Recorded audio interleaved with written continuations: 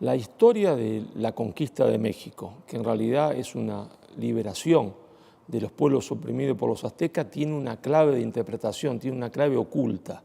Esa clave oculta que la historia negrolegendaria se ha encargado de que nadie la conozca, es que la conquista y el nacimiento de México es una historia de amor. Y en esa historia de amor hay una clave oculta que es la existencia de una mujer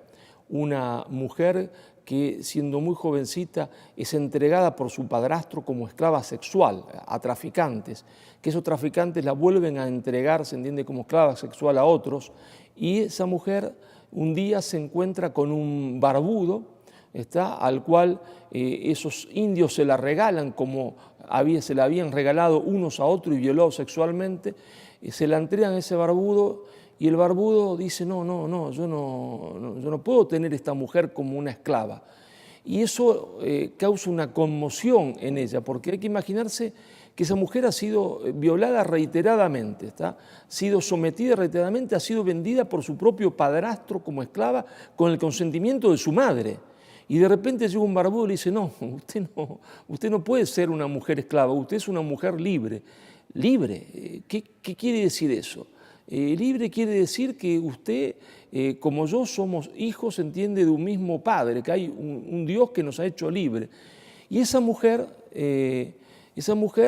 decide entonces bautizarse, y esa mujer decide tomar como nombre Marina. Y ese hombre barbudo es Cortés, es Hernán Cortés, despreciado, menospreciado, insultado, pero es el hombre que le da dignidad a esa mujer y empieza a surgir entre ellos, como era natural, se entiende, una admiración de ella por él y después un enamoramiento, se enamoran, es una historia de amor. Y a través de esa historia de amor, Cortés comprende la situación que había en Mesoamérica. Y ahí Cortés se da cuenta de que en realidad él puede juntar a los pueblos sometidos para marchar sobre la capital de ese imperialismo antropófago y derrotarlos, ¿no es cierto? Por eso la clave de la conquista de México es que hay una mujer que le enseña eso a Cortés, que se enamora, se entiende, es una historia de amor para liberar, se entiende, al 80% de la población que era consumida como quien consume hoy pollos o pedacitos de cerdo. Entonces es una historia de amor, pero claro, en esa historia de amor lo más importante es lo que viene después. ¿Y qué viene después? Viene que en el vientre de doña Marina, quien es en realidad la madre de México y la libertadora de los pueblos de Mesoamérica, esa libertadora y esa madre va a engendrar en su seno al primer español americano, al hijo de Cortés y doña Marina, a Cortés Malitzin, y ahí se va a engendrar el primer español americano, y van a hacer un mundo nuevo donde hay vencidos y liberados, pero son más los liberados que los vencidos, pero donde no hay venganzas de los liberados sobre los vencidos, y donde se va a llenar, se entiende, México de hospitales, de universidades, pero en la figura de ese niño, fruto de doña Marina y Cortés, está todo resumido, porque ese niño, ¿no es cierto?, va a tomar la lengua de su madre, la lengua de su padre. ¿Por qué podemos decir que doña Marina es la madre de México? Bueno, porque antes no existía México, que eso es lo que oculta la historia negrolegendaria. Existía un imperialismo antropófago que va, se entiende, a consumir seres humanos de los pueblos oprimidos. No existía México. Si uno toma hoy de cada 10 mexicanos que caminan por la calle en la Ciudad de México, en DF, y lo sienta y le dice, señor, ustedes 10, de ustedes 10 solo uno desciende de los aztecas y ustedes 9 eran aquellos que los aztecas se comían. Y ustedes 9 son mestizos. ¿Y de dónde nace eso? ¿Quién fue el primer mestizo? ¿Quién fue el primer español americano, es decir, el primer mexicano? Bueno, ese fue el hijo del amor, porque doña Marina estaba enamorada de Cortés y Cortés de doña Marina. Que Cortés se pudiese casar con ella o no es otro problema, pero es una historia de amor. Y los hombres se enamoran de las mujeres y las mujeres de los hombres. Y el fruto de ese amor es el primer español americano, ¿no es cierto?, que es Cortés Malitzin, el hijo de Cortés. Ahí nace México. Antes había México, como dice la historia negrolegendaria, no, antes no había México. Antes había un imperialismo azteca dominando, masacrando a decenas de otros pueblos oprimidos como los tlaxcaltecas. Ahí nace México. Y ese México que nace tiene un símbolo, ese símbolo es Cortés Malicín. ¿Y cómo podemos, digamos, uno podría preguntarle, ¿usted cómo puede justificar que ese hombre se sentía español-americano, americano-español? Muy sencillo, porque nadie da la vida por lo que no ama. Nadie da la vida por lo que no ama. Y para él se entiende el imperio era su patria, España, pero España entendido como una España que comenzaba en los Pirineos y terminaba, se entiende, en las costas del Pacífico, o una Hispanoamérica que comenzaba en los Pirineos y terminaba en la costa del Pacífico. Esa España, que no es la España actual, que es un pedacito nada más de lo que fue España, por esa España que era todo, él arriesga su vida, porque cuando se produce la última rebelión musulmana, rebelión que de haber triunfado, hoy los españoles se olvidan de todo, no tienen memoria histórica, porque le han quitado su historia, le han arrancado su historia. Si esa rebelión musulmana triunfaba, abría las puertas para una nueva invasión musulmana otomana, esta vez conducida por el imperio turco, mucho más eficiente, mucho más poderoso que el anterior imperio islámico. Y cuando se da cuenta de eso, ¿no es cierto?, el hijo de Cortés, el hijo de doña Marina, dice: yo me presento a combatir porque está en juego el destino de España, está en juego el destino de América. Y se produce una cosa milagrosa, es decir, o providencial, o si nadie cree, producto del azar, no me interesa.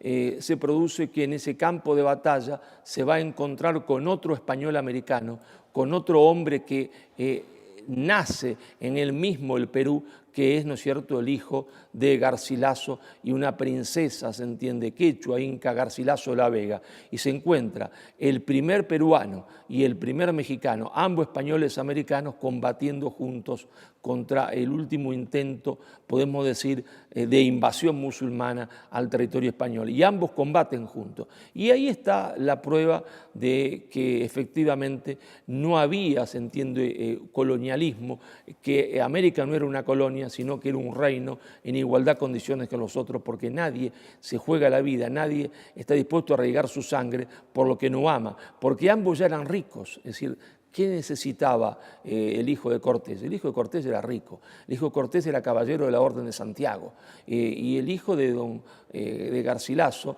era rico, su tío le había donado una fortuna, a un mestizo, ya no necesitaba pelear por unas monedas, ya eran ricos y prestigiosos, y con qué necesidad arriesgar su vida a esa edad, porque la patria era el imperio. Bueno, la gente tiene que preguntarse una cosa: ¿cómo es posible que 300 hombres, 300 miserables, porque no saben dónde van, no tienen GPS, no van ahí, voy a Tenochtitlán y el GPS dice dobla a la derecha, dobla a la izquierda, 300 tipos que no saben dónde van, que no saben dónde están, pudieran derrotar un ejército de 200.000 hombres que conoce perfectamente el terreno. Si los norteamericanos no han podido nunca dominar Afganistán teniendo todo lo OTAN de ellos, ¿cómo es posible? Se entiende que por más armas que tuviesen modernas de la época, arcabuces que tardaban un montón en cargarse unos a otros, hay una clave de interpretación que en realidad siempre se oculta, que nos las enseñó Vasconcelos, es que la conquista no las hacen los españoles, la conquista la hicieron los indios. Los indios oprimidos por los aztecas marchan junto con Cortés y derrotan, se entiende, el imperialismo azteca. Si el imperialismo azteca tenía 200.000 hombres, la relación de amor entre Cortés y doña Marina hizo que pudiesen comunicarse, porque ella sabía 5 lenguas, con los otros pueblos oprimidos y formar un ejército de 300.000 hombres. Y entonces 300.000 derrotan a 200.000. ¿Pero qué son los 300? Los 300 son nada más que 300 valientes dispuestos a conducir un ejército. Pero la entrada triunfal a Tenochtitlán es la entrada triunfal de aquellos pueblos que habían sido oprimido por los aztecas, y que se produce un milagro. El milagro se entiende que Cortés logra pararle la mano y dice: señores, acá comienza una historia nueva, van a ser México. Y el ejemplo, se entiende, fundamental de nacimiento de México, el símbolo, es la unión de amor entre doña Marina y Cortés, que en el vientre de doña Marina se va a engendrar, producto de su historia de amor, el primer español americano, el primer mexicano, que es Cortés Malicín. Claro, Vasconcelos nos da una clave de interpretación, fundamental, ¿no es cierto?, siempre oculta. La conquista la hicieron los indios. Y esto hay que pensarlo, ¿no? Porque uno se lo puede explicar a un muchacho a los 6 años en la escuela e incluso en la universidad. Escúcheme, la conquista lo hicieron los indios. Y el tipo se cae de culo. Dice, ¿cómo es posible? Sí, porque ¿cómo va a ser posible que 300 vencieran a 200.000? Que un pequeño ejército de 300 hombres venciera a un ejército de 200.000 hombres. Porque la conquista la hicieron los indios. Los indios hacen la conquista en México y hacen la conquista en el Perú. Es decir, la gran falacia que se dice a los españoles, a los franceses, a los argentinos también, a los colombianos, pero los indios. Pero los indios no quiere decir nada. Es como si yo digo los europeos. ¿Qué quiere decir los europeos? Nada quiere decir, porque los alemanes entraron marchando a París y los masacraron, y a su vez los franceses después masacraron a los alemanes. Nada, durante siglos, no quiere decir nada. Quiere decir que había muchísimas naciones, hasta donde una oprimía a la otra, y donde Cortés logra que las naciones oprimidas se junten para marchar contra la nación opresora. Y entonces son los indios, claro, los pueblos oprimidos por los aztecas, los que liberan, se entiende, a todos los que después vamos a llamar mexicanos, de esa opresión del imperialismo antropófago azteca. Y ahí nace un mundo nuevo, pero la segunda clave de interpretación, que destruye la leyenda negra, es que si los indios hacen la conquista, la independencia la hacen los españoles, porque los que se van a poner de pie contra la monarquía española no son los indios, son los criollos, que en realidad quieren quedarse con la tierra de los indios, porque ¿qué había pasado? Había pasado el mestizaje, la creación de universidades, la creación de hospitales, pero también que los españoles, es decir, Cortés, porque Cortés es el que crea México, es el padre de México. Si doña Marina es la madre, Cortés es el padre de México. Dice, señora, acá vamos a respetar las propiedades que cada uno tiene, se van a respetar. Y se respeta la propiedad de la nobleza, se respeta las propiedades comunales de los indios. Y claro, y esto siguió así durante 200 años. Y cuando viene la Revolución Francesa y empieza a decir, bueno, pero el tema de la propiedad privada, empieza a pensar los criollos, es más lindo que la propiedad comunal, porque si todo es propiedad privada, nos podemos quedar con la propiedad comunal. Y entonces ahí está la clave de todo. La independencia es el artilugio de un par, se entiende, de españoles, de hijos de españoles, de nietos de españoles, para decir, ahora nos vamos a quedar con toda la tierra comunal de los indios. Vamos a poner el código napoleónico, el liberalismo, la propiedad privada, y entonces la independencia en realidad la hacen, se entiende, los españoles, no los indios, los españoles que quieren quedarse con la tierra de los indios. Y claro, no se la pueden quedar de golpe todo, y así con sucesivas reformas, mal llamadas reformas, se van terminando creando con toda la tierra de los indios y creando una nueva oligarquía con la tierra de los indios. Y eso pasó en toda Hispanoamérica. Por eso tiene razón Vasconcelos, la conquista la hicieron los indios y la independencia la hicieron los españoles. Hay un misterio, que es el misterio del criador de cerdos, que conquista, se entiende, un imperio, ¿no? Despectivamente han hecho que un hombre, un gran hombre, sea, se entiende, solo un criador de cerdos. Bueno, tomémoslo, es cierto, era un criador de cerdos. ¿Y qué? Ese criador de cerdos tenía valores, ese criador de cerdos tenía valentía. Ese criador de cerdos desembarca en el Perú, era Pizarro. Y lo mismo que había pasado en México con Cortés, se dan cuenta que hay un montón de pueblos que están siendo oprimidos por un imperialismo brutal, que es el imperialismo de los incas, que han conquistado a otros pueblos en un proceso de expansión extremadamente violento. Yo me acuerdo, estaba un día en un museo del Perú, ¿no?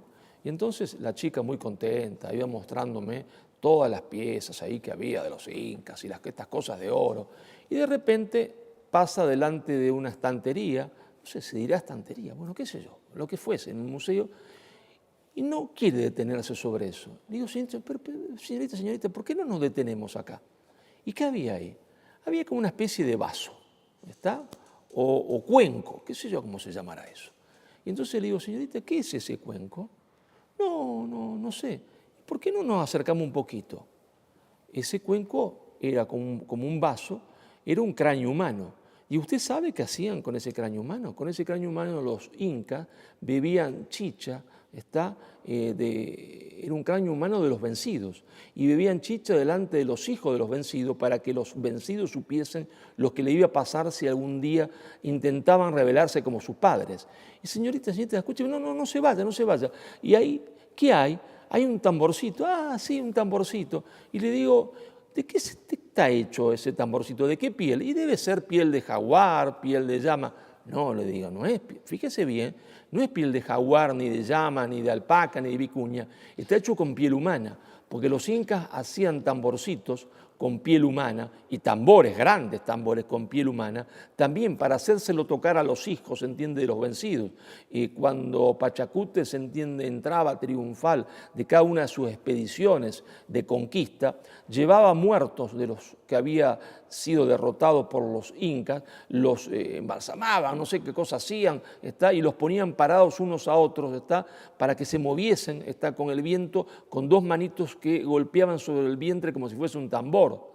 Eso era el famoso imperio inca, que de socialista no tenía nada, porque toda la propiedad era del inca, no había socialismo, no había comunismo, no había un corno, había propiedad de un solo hombre, y eso no es socialismo, cuando hay propiedad de un solo hombre, como tantas veces ha pasado. Y entonces ahí se da cuenta, llega otro barbudo, como había llegado a México, y si ¿esto qué corno es? Y bueno, esto es un imperialismo que domina a otros pueblos, y esos pueblos están contentos, no, sus pueblos odian a los incas. Los huancas odiaban a los incas, habían resistido hasta el final la dominación inca. Y el barbudo le dice, ¿por qué no marchamos juntos para poner fin a esa historia de dominación?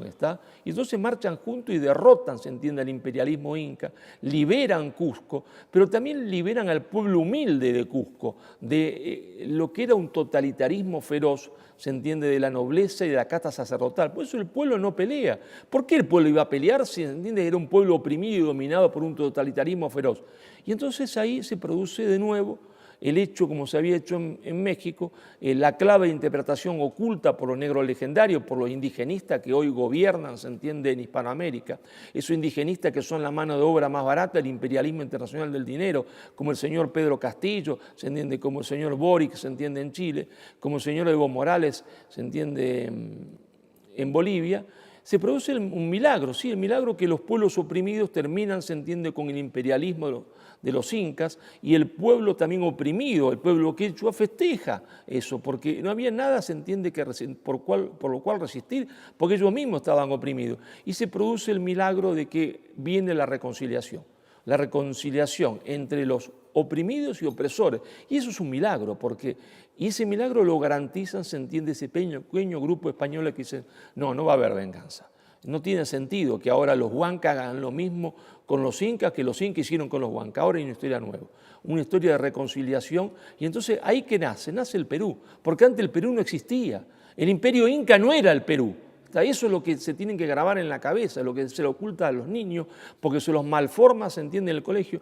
Y lo que el pobre Pedro Castillo, que es un buen hombre, era maestro de escuela, es un buen hombre, no entiende que el imperio inca no era el Perú, que el Perú nace cuando nace esta historia de liberación, y cuando después de la liberación no hay venganza, sino reconciliación de los pueblos. Y es la reconciliación de los pueblos, la reconciliación de los huancas con los incas y de las otras naciones que integraban el Perú, la reconciliación entre oprimidos y opresores, lo que va a crear, se entiende, el Perú, y no antes no existía el Perú. Si nosotros miramos el mapa de Estados Unidos y vemos Los Ángeles, Sacramento, San Diego, San Antonio, San Francisco, eso no nos dice nada.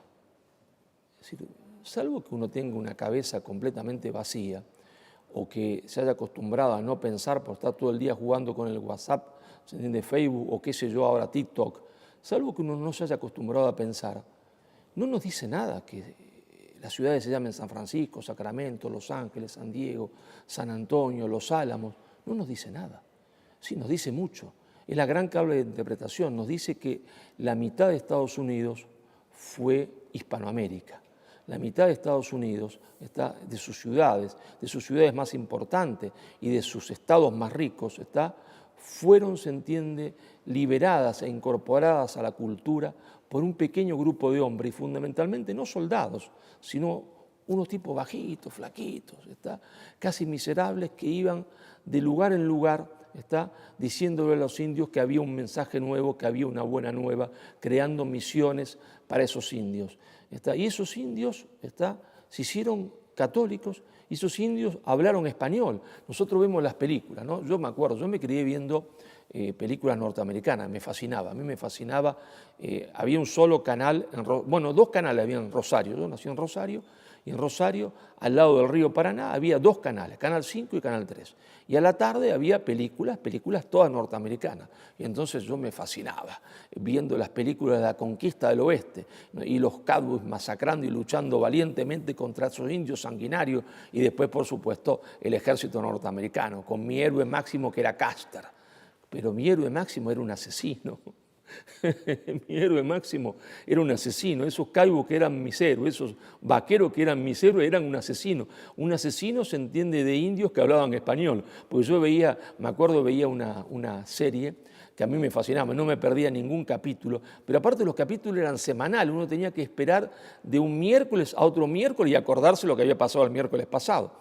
Que me veía el Gran Chaparral, ¿no? Y en el Gran Chaparral era el estereotipo de toda la conquista negra. En el Gran Chaparral está resumida toda la conquista negra. Estaba el emprendedor norteamericano, ¿no es cierto? ¿No? El dueño del rancho, Cannon, el emprendedor, y que se había casado con una mexicana, y el hermano de la mexicana era Manolito Montoya, que era el típico, se entiende, español-americano, mujeriego, vago, atorrante, borracho, inútil para todo, salvo para tocar la guitarra y conquistar mujeres.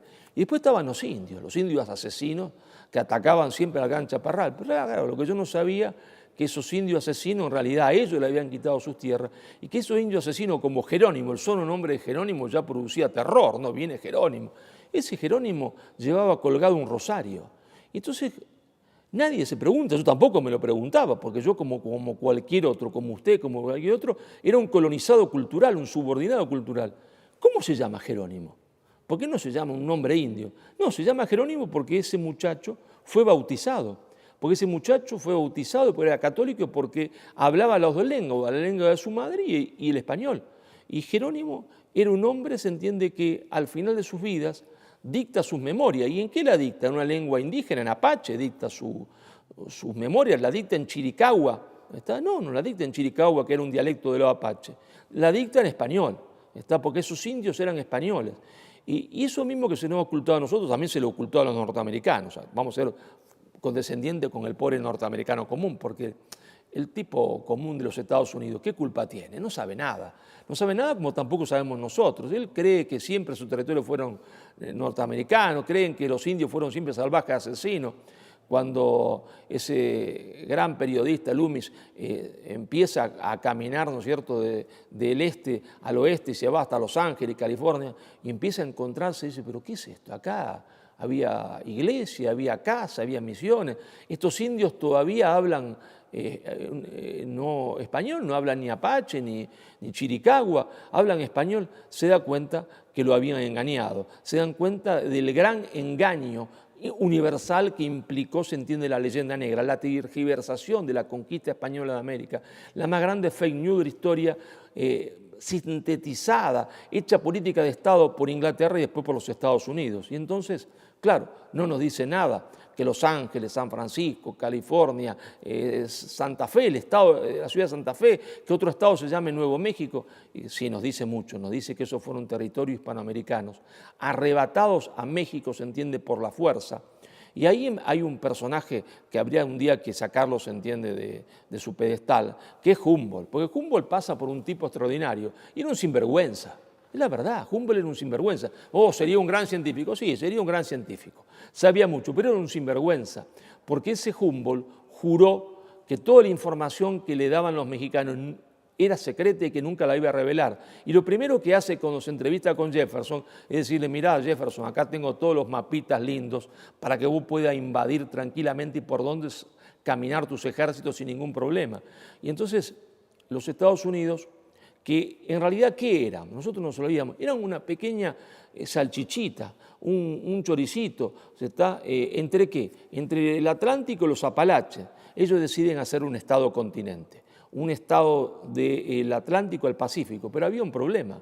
En el medio estaba España, en el medio estaban, se entiende, los pueblos, los apaches, los otros pueblos indígenas, y entonces, ¿qué había que hacer? Bueno, eliminarlos, se produce la independencia de México, de un México cuya independencia ahí intervienen los norteamericanos y intervienen los ingleses, una clase corrupta que va a estar cooptada por Poinsett, que es una especie de embajador plenipotenciario sin nombre en México, que les ofrece a los mexicanos comprarle la mitad del territorio. Los mexicanos, porque hay un emperador que tiene cojones, dice, no, ¿cómo les voy a vender la mitad del territorio?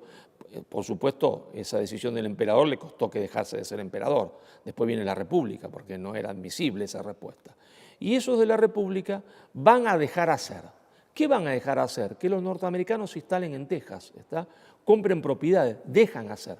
Son unos traidores de México. Eso es lo que a los mexicanos se les oculta, que los llamados primeros patriotas de la República son traidores a México porque dejan que los norteamericanos compren las tierras, se entiende, de Texas, instalen ahí, y después, ¿qué? Después declarar Texas independiente. Por supuesto, no, los norteamericanos y nosotros no tenemos nada que ver.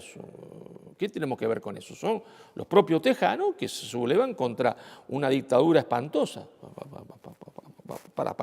¿Cómo es eso? Usted no tiene nada que ver, son los tejanos solos que se instalan ahí, claro, solo los tejanos, nosotros nada que ver, y entonces hacen sus películas como hacen siempre, que yo también las veía todas. Mi héroe era John Wayne, ¿no? Entonces, El Álamo, ¿no es cierto? ¿No? Y ahí están los pobres tejanos cercados por los crueles mexicanos, y llega, ¿quién llega? John Wayne, que es un voluntario de Kentucky, no es los Estados Unidos, por supuesto los Estados Unidos intervienen, son voluntarios de Kentucky que van, se entiende, a ayudar a los tejanos a liberarse de los crueles mexicanos. Pero ese territorio era mexicano, ¿qué derecho tenían ellos a independizarse? Si habían comprado tierra y habían invadido. Pero ahí está John Wayne, y no es cierto, y esa película fantástica que hace él mismo, porque creo que la paga él. Porque era un patriota norteamericano, hay que reconocerlo, y bueno, defendía lo suyo. No es malo que él defienda lo suyo, es malo que yo no defienda lo mío, mi versión, que él haga la suya y yo hago la mía. Y entonces en esa versión que hace él, ¿no es cierto?, son los héroes, los mexicanos son terriblemente crueles y espantosos, y aparte de feos. Y entonces nos olvidamos que eso después va a permitir la guerra de Estados Unidos contra México, la derrota total, se entiende, del ejército mexicano, la firma del Tratado de Guadalupe Hidalgo, por el cual Estados Unidos le arrebata a México el 62% de su territorio, 2.740.000 kilómetros cuadrados. El estado de California, el estado, se entiende, de Texas, definitivamente, Arizona, Nuevo México, parte de Colorado. Pero, ¿qué le arrebata? ¿Le arrebata un pedacito de desierto gigantesco? No, le arrebata California.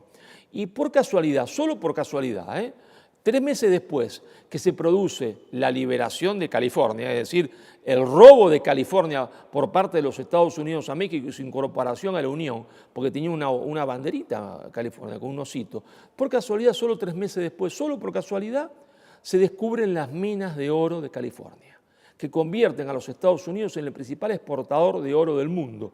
Y con eso Estados Unidos financió su industrialización.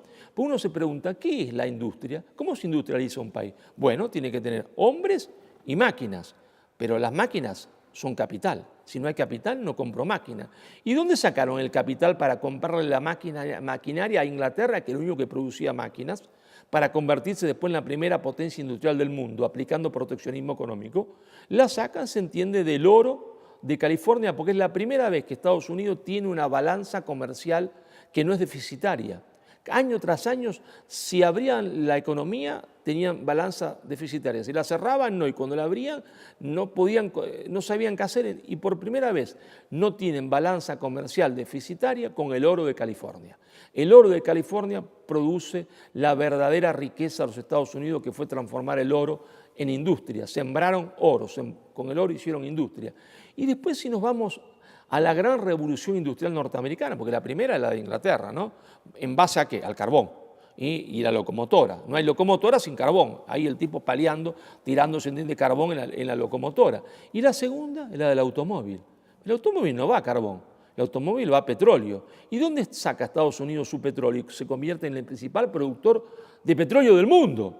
Lo saca de Texas, es decir, de nuevo, del territorio que había sido mexicano. Es decir, que la riqueza de Estados Unidos, la riqueza de Estados Unidos se la deben a México, se la deben a España, se la deben a lo que en realidad nunca debió dejar de llamarse así, a la Nueva España.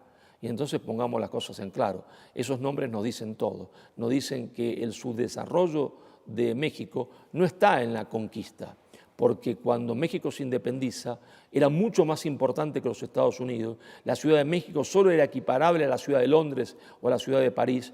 El subdesarrollo de México viene después, viene con la negligencia de la clase política mexicana, que no fueron ni capaces de guardar la herencia recibida, como aquellos hijos o nietos que reciben un emporio industrial del padre que se mató la vida trabajando y ellos se la dilapidan toda. Eso hicieron la clase política mexicana. Se dilapidaron la herencia recibida, permitieron que se quedara Estados Unidos con el 60% de su territorio, con el oro de California y con el petróleo de Texas. Solo la verdad nos hace libre, la mentira nos hace esclavo. Entonces, si uno quiere ser libre, debe decir la verdad. Si un pueblo quiere ser verdaderamente libre, y no es libre porque uno va a tomarse, se entiende, una caña, un vino, y se va de farra toda la noche. No, si uno quiere ser libre, la libertad tiene como base la verdad. Si uno no dice la verdad, no es libre. Solo la verdad nos hace libre. Pero a su vez hay que tener coraje para decir la verdad, porque solo es libre el hombre que no tiene miedo. Solo son libres los pueblos que no tienen miedo. Y entonces lo que estamos viviendo, y se va a acelerar, es el intento de establecer una dictadura mundial, sobre todos los pueblos del mundo. ¿En base a qué? A la falsificación de la historia, a la mentira. La raíz, se entiende, de la dictadura que vamos a vivir es la mentira histórica. Si nosotros no queremos ese destino, queremos seguir siendo hombres libres, solo podemos afirmarnos en la verdad. Y en la verdad primera que no hubo conquista española de América, sino que hubo liberación. La verdad primera que hubo una primera globalización basada en dos conceptos que nunca más volvieron a aparecer en la historia, la idea de justicia y libertad. Esa primera globalización la hicimos nosotros, sí, los españoles del Nuevo Mundo y los españoles del Viejo Mundo, pero fuimos derrotados por el imperialismo inglés, que es la única provincia romana que en la Reforma Protestante se pasa de bando. Y a ellos no les interesaba ni la justicia ni la libertad, porque ellos estaban basados en un concepto nuevo, en una idea nueva, que solo entiende es útil lo que me hace ganar dinero, el famoso utilitarismo. No es útil ni la verdad, ni la justicia, ni el amor, solo es útil lo que me hace ganar dinero. Y ahí ellos crean un sistema económico, crean una justificación de su imperialismo, que es en realidad el que llega hasta el día de hoy. Y nosotros fuimos derrotados. Y lo que se está planteando en el mundo es esta nueva globalización, ¿cómo va a ser? ¿Va a ser como la que hicimos nosotros, como la primera, basada en la idea de justicia y libertad? Sí, con errores, ¿no es cierto?, con hombres que cometieron crímenes, pero fueron juzgados, con hombres, se entiende, que no cumplieron la ley, pero fueron juzgados, pero la ley existía, y existía el concepto de justicia y libertad. O va a ser como la globalización que iniciaron los ingleses, basada solamente en el utilitarismo. Y entonces cuando yo me jubilo a los 65, capaz que a los 70 ahora, o después a los 75, y ya no soy más productivo, no sirve para nada y me tienen que tirar, se entiende, por la borda como si fuese un trapo sucio. Lo que está en juego es el futuro, pero el futuro se juega en el pasado.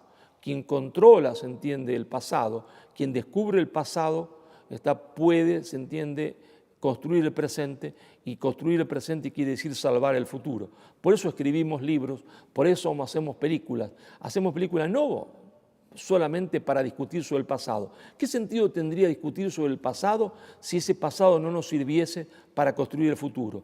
Peleamos por el pasado porque peleando por el pasado estamos seguros que vamos a poder ganar y construir un futuro distinto para nosotros, para nuestros hijos y para nuestros nietos. Bueno, cuando me preguntan sobre la importancia de la historia y la leyenda negra y por qué, ¿no es cierto?, nos tiene que interesar y qué consecuencias tiene hoy, yo siempre digo, bueno, imagínense, le digo a los amigos que me escuchan, ya me acompañan a las conferencias, se aburren, pero bueno, yo siempre cuento lo mismo porque creo que es eficiente. Imaginemos que hay una chica que se va a casar con un muchacho, que están enamorados, se van a casar dentro de 15 días y para festejar esto van a un bar, van a un restaurante, salen del restaurante y un malviviente le pega un golpe por la cabeza a ella y le pega un golpe por la cabeza a él. Quedan tirados en el piso, pierde la memoria, se levanta la chica que está enamorada de ese muchacho. Claro, como no va a estar enamorada si se iban a casar, ya han programado dónde van a ir a vivir, tienen su hipoteca, se van a ir de vacaciones a las Islas Seychelles. Se levanta, está el malviviente al lado, ella perdió su memoria, y le dice que ese tipo que está al lado la violó a ella, que él la salvó, se entiende, de que la matara, pero que la violó, pero que además de violarla a ella, ha violado a su mamá, ha violado, se entiende, a su hermana, y le ha robado la tierra a sus padres. Ella no tiene memoria, él le está construyendo su memoria, su historia, y lo que era una historia de amor se transforma en una historia de odio, porque ahora ella va a odiarlo a él. Entonces se levanta y huye, y cuando huye, bueno, a lo largo pasa el tiempo, crea una nueva familia, pero en esa nueva familia le va a decir que ese muchacho es un desgraciado, un asesino, un violador, es lo peor, que ha arruinado a su familia, hasta que la ha arruinado de forma completa. Claro, y lo que era una historia de amor se transforma en una historia de odio. Eso hace la leyenda negra. La leyenda negra transforma una historia de amor en una historia de odio en los pueblos hispanoamericanos. Pero ¿qué pasa con el muchacho cuando el muchacho se levanta? Un muchacho se levanta, también perdió la memoria. Y ahí está el malviviente, ¿no? Y entonces el malviviente le dice, mirá, vos sos un desgraciado. ¿Yo qué hice? Y vos violaste mujeres, asaltaste, robaste, asesinaste. Puta, dice el tipo. Todo eso he sido yo. Sí, vos fuiste todo eso. Fuiste un asaltante, un violador, un asesino.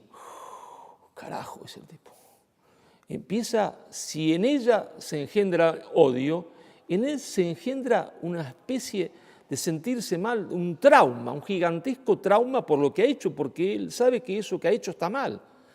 Pero él no ha hecho eso, es el malviviente, Inglaterra, que es el que ha falsificado la historia, la que le ha mentido a ella y a él, pero es Inglaterra la que secretamente ha construido la historia de los pueblos hispanoamericanos, como decía Scalabrini Ortiz. Nada se entiende sin resorte oculto de la diplomacia inglesa y de las maniobras inglesas. Y entonces el hombre queda traumado y ella con odio.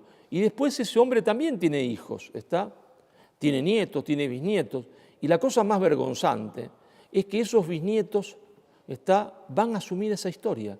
Y se van a creer que su abuelo o su bisabuelo fue un asesino, un violador, y van a decir, cuando vayan a México, no, yo no tengo nada que ver con eso, no tengo nada que ver ni con Cortés, y los que vayan a Perú van a decir, yo no tengo nada que ver con Pizarro. Pero pedazo de imbécil, ¿cómo vas a decir eso? Estás insultando a tu antepasado, porque esos antepasados no fueron ni violadores ni asesinos, construyeron un mundo nuevo. Avivate, que han falsificado la historia, ¿está?